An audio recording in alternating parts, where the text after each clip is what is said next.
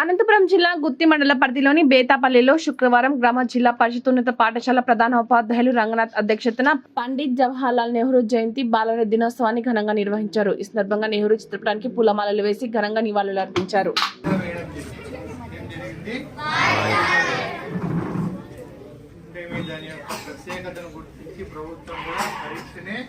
వాయిదా వేయడం జరిగింది. ఈ రోజు జరిగే పరీక్ష 20 తేదీకి 6 నుంచి 10 వరకు 20 తారీఖు వాయిదా వేసినారు. 1 నుంచి 5 వరకు 17వ తారీఖు వాయిదా.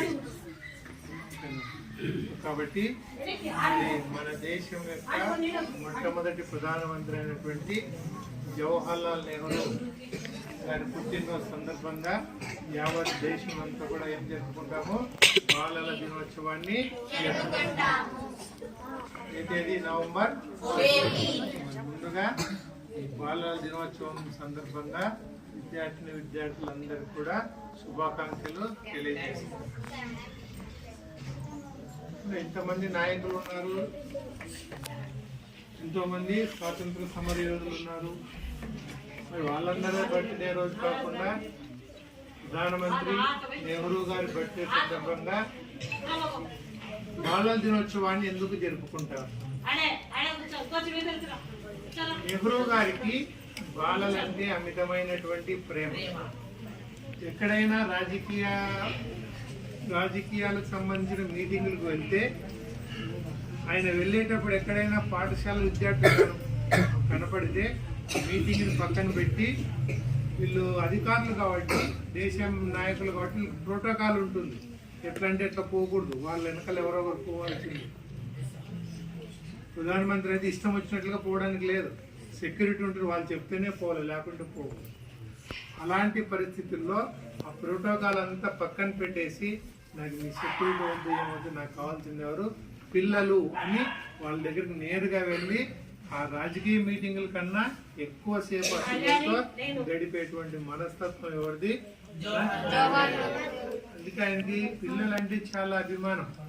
ఒకసారి ఒక పిల్లోడు వచ్చి ఆటోగ్రాఫ్ అడిగితే సంతకం చేసినాడు. మరి దీంట్లో డేట్ లేదు, మెసేజ్ లేదు అడిగినట్టు పిల్లోడు. అంటే అప్పుడు ఆ పిల్లోడికి ఏ భాష వచ్చో ఆ భాషలో మెసేజ్ రాసి ఆ భాషలో డేట్ వేసి తిరిగి ఇచ్చినాడు. అంటే ఒక పిల్లవాడు ప్రధానమంత్రిని ప్రశ్నించడమే గొప్ప, దాన్ని సాధారణంగా స్వీకరించి దానికి సమాధానం ఇవ్వడం అనేది నెహ్రూ గారి గొప్ప. మరి ఎందుకు ఈ పిల్లలంటే ఇష్టము అంటే, నేటి బాలలే రేపటి భారతదేశాన్ని నిర్మించేటువంటి పౌరులు. ఈరోజు ఉన్నటువంటి పిల్లలే రేపు భారతదేశ నిర్మాణానికి పునాదులు వేసేటువంటి వాళ్ళు. వీళ్ళే భారతదేశ భవిష్యత్తుని రూపుదిద్దిస్తారనే ఒక గొప్ప నమ్మకం ఎవరికి ఉంది? నెహ్రూ గారు. అందుకే దేశాన్ని భవిష్యత్తు నిర్మించేటువంటి బాలలకు మంచి విద్యను అందించాలి.